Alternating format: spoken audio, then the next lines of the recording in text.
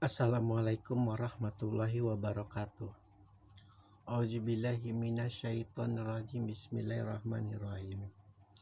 Fi ayyi suratim masyi'a.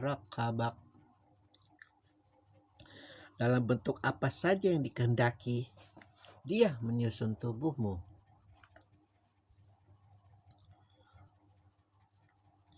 Jadi walaupun tubuh kita ini mendapat predikat cacat, tidak pada tempatnya, itu Allah yang menyusun. Allah yang merangkai. Dalam bentuk apa saja yang aneh-aneh di dunia ini banyak sering kita jumpai, banyak sering kita lihat. Ada yang tingginya luar biasa tinggi, ada yang pendeknya luar biasa pendek. Mungkin di mata manusia itu tidak sempurna, tapi di mata Allah sempurna, karena dia yang menciptakan, karena dia yang merakit, karena dia yang mendesain. Terlepas dari apapun buruk sangka kita, dari sifat negatif kita terhadap apa yang kita miliki di tubuh ini, itu Allah yang membuat, Allah yang mendesain atas kehendak dia. Hujah Allah bahwa engkau tidak boleh durhaka kepada dia karena dia yang menyusun tubuhmu adalah suatu bentuk kasih sayang, rahmat, agar engkau tidak merasa terasing di dunia ini dengan segala macam ujian, dengan segala macam cobaan dan ajab. Tiga serangka yang sering saya katakannya, kalau engkau terasing itu nanti akhirnya akan menimbulkan semacam kenistaan, kedukaan, kepapaan. Akhirnya apapun yang terjadi adalah azabnya Allah. Namun ketika engkau selalu berpikir positif, ketika engkau selalu berprasangka baik, maka yang timbul adalah berkah, rahmat. Meskipun engkau terkena tsunami yang luar biasa, maka tidak pernah ada kata salah dalam orang yang hatinya baik, akalnya baik, hawa nafsunya apalagi baik. Tidak ada yang pernah salah. Mungkin salahnya karena dia salah menyembah saja, karena dia tidak mengenal Allah, dia tidak mengenal Rasulullah. Itu nanti di hadapan Allah itu urusan Allah, bukan urusan kita. Kita tidak punya hak apa-apa untuk menyuruh orang menyembah Allah, untuk menyuruh orang mengakui Rasulullah. Tidak.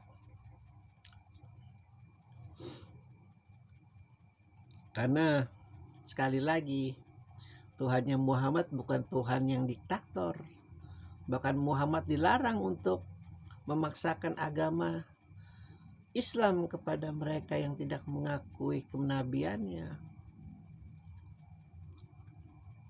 Namun ketika mereka yang tidak mengakui kenabiannya itu menjalimi, menyakiti, menindas umat Muhammad, dan itu wajib baru diperangi.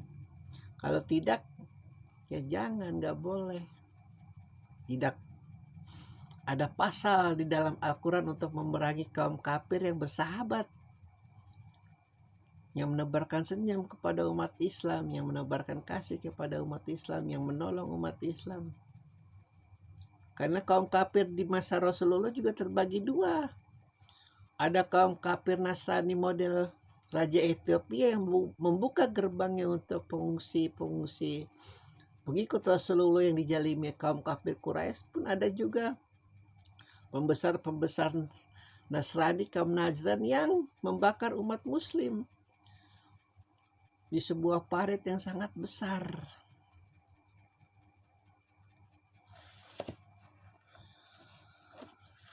Klaim Allah di dalam surat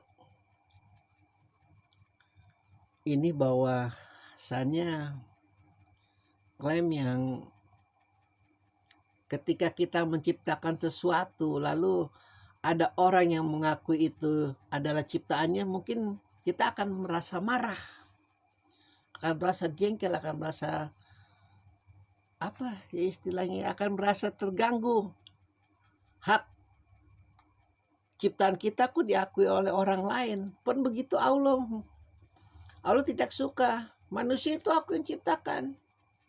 Aku yang mendesain, aku yang membuat akal hati, hawa nafsunya, susunan tubuhnya, keindahan parasnya, kecantikan parasnya, tegap badan, itu aku yang ciptakan dulu Adam dan Siti Hawa di surga. Kalau dikatakan Allah Maha Pelit, di sini sangat pelit.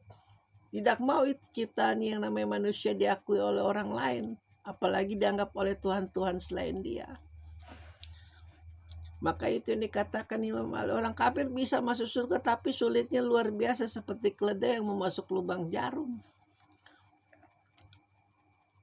Karena tahu sendiri Allahnya itu ya kayak begitu. Kalau lagi kesel, kalau lagi geram, kalau lagi jengkel, lagi luar biasa balasannya. Namun luar biasa juga Maha Pemurahnya, yang nanti kelak bagi mereka yang memiliki pahala terbaik di surga. Kan sudah kita jelaskan tuh bagaimana penduduk surga luar biasa nikmatnya, kesedapan-kesedapan yang diberi oleh Allah kepada dia. Untuk membuktikan bahwa kiamat itu ada, padang mahsyar itu ada, dan kau tidak boleh durhaka kepada Tuhanmu, yaitu salah satu caranya klaim Allah. Tubuhmu itu aku yang ciptakan, walaupun bapak ibumu yang bercinta di kasur, walaupun bapak ibumu yang bercinta di malam pertama mungkin. Tapi itu aku yang ciptakan, percaya tidak?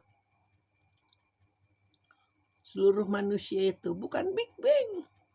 Kita bukan berasal dari hewan bersel satu ketika tidak ada manusia satupun di dunia ini, bukan.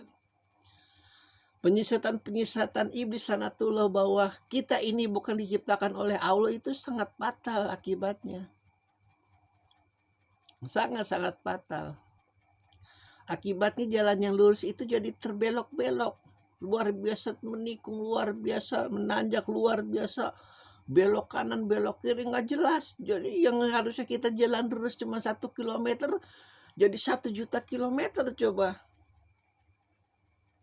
Kita kan sebenarnya gampang ini. Kita akuin saja kita diciptakan oleh Allah, tidak durhaka kepada Allah. Otomatis jalan kita gampang. Selebihnya tinggal kita mengasah diri, menahan diri untuk tidak mengambil uang rakyat, untuk tidak mengkolusi pemerintahan, untuk tidak menepotisme orang-orang yang tidak berhak. Selebihnya gampang.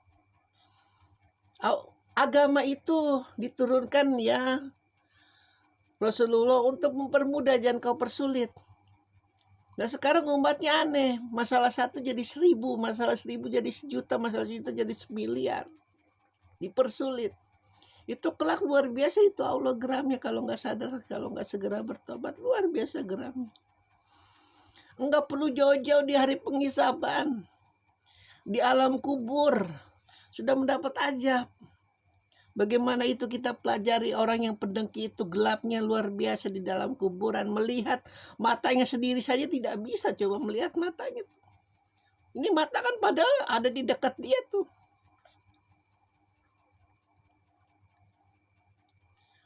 Padahal mata bagian dari tubuh dia, tapi saking gelap itu tidak tahu itu matanya ada di mana itu coba. Sakit. Kita belum dapatkan lagi di dalam Al-Quran bagaimana ajab-ajab kubur Allah. Tapi yang pasti salah satunya adalah Abu Lahab yang durhaka kepada Muhammad, yang bahkan bumi menginginkan sekali tubuhnya untuk dibakar di dalam perut bumi sampai detik ini. Hanya karena apa? Hanya karena terlalu membenci, hanya karena terlalu mendengki, hanya karena terlalu iri. Padahal yang lebih jahat dari dia itu banyak. Cuman jahatnya tidak kepada Muhammad. Cuman jahatnya tidak kepada umat Muhammad. Makanya apes yang namanya Abu Lahab itu manusia yang paling apes. Sampai Allah menurunkan surat Al-Lahab. Yang lebih jahat dari Abu Lahab banyak, sumpah banyak. Tapi jahatnya tidak sama Muhammad, itu salahnya dia.